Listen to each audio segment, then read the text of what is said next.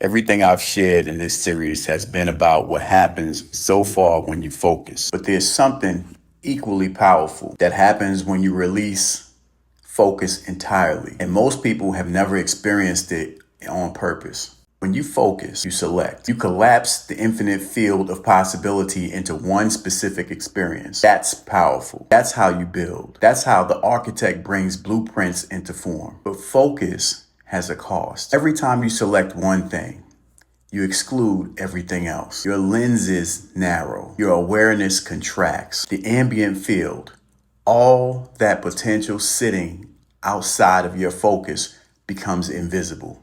The void is what happens when you release focus entirely. No selection, no lens, no narrowing. Just open awareness with nothing to land on. And in that openness, in the complete absence of focused attention, something remarkable happens. The ambient field doesn't just become visible, it becomes available.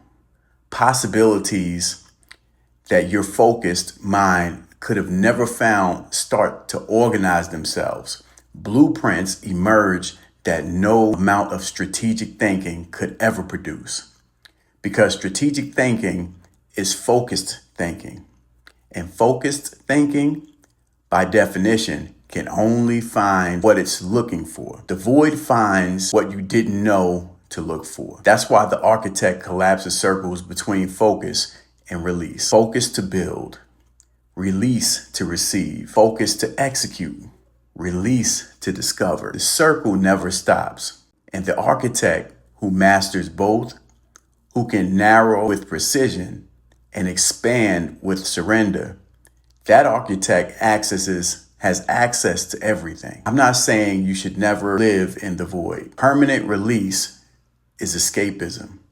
We talked about that in the Quantum Architect series, but permanent focus is imprisonment. You only see what you're looking for, and what you're looking for was determined by the lenses that might be outdated.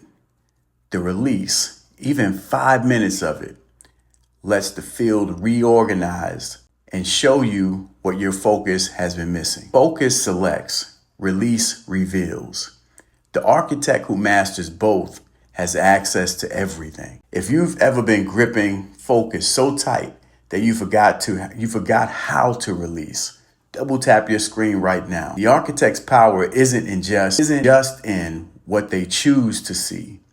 It's in their willingness to stop seeing, to release the lenses, enter the void, and let the field deliver what focused attention could never find. The most creative minds in history didn't just think harder.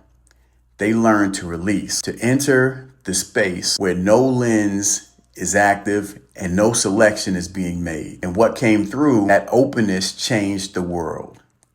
Not because they were forced, but because they made room for it. The practice of releasing, focus, and entering the void, and then returning with what the field reveals, is the core cycle of the architect.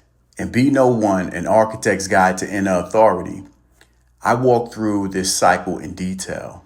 How to release, how to receive, and how to bring what you find back into focused creation. It's not meditation for the meditation's sake. It's the architect's creative process. The link is in my bio. The book is available on Amazon. Comment release if you're learning to let go of the grip. And tag someone who has been thinking so hard they forgot to stop and receive.